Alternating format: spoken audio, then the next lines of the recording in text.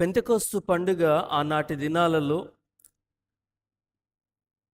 తండ్రి అయిన దేవుడిచ్చిన ఆజ్ఞల క్రమములో మనం గమనిస్తే కోత పండుగకు సంబంధించిన పండుగ పెంతెకొస్తు పండుగ. వాగ్దాన దేశములోనికి ఇశ్రాయేలీలు ప్రవేశించిన అనంతరం వారి యొక్క పంటను కోస్తూ ఉన్న తరుణములో మొట్టమొదటి పన దేవుని సన్నిధానానికి తీసుకొని వచ్చి యాజకుని చేతికి దానిని అప్పగించినప్పుడు యాజకుడు ఆ పన యెహోవా సన్నిధిలో అల్లాడించి ఆ తీసుకుని వచ్చిన వారి పక్షంగా విజ్ఞాపనలు చేస్తారు.